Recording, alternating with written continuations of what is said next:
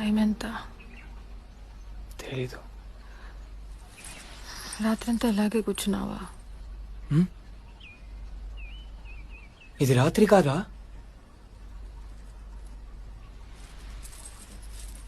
కొంచెం ఓవర్ కాలేదు? ఉంది, అయినా తప్పదు. మామూలుగా అమ్మాయిని ఇంప్రెస్ చేయటమే కష్టం, పైగా నిన్ను.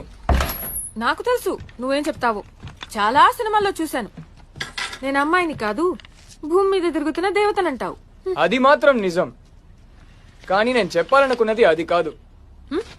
ఏంటి? మరి ఇంకేంటి చెప్పు. సమాధానం చెప్పి కదలు. I love you.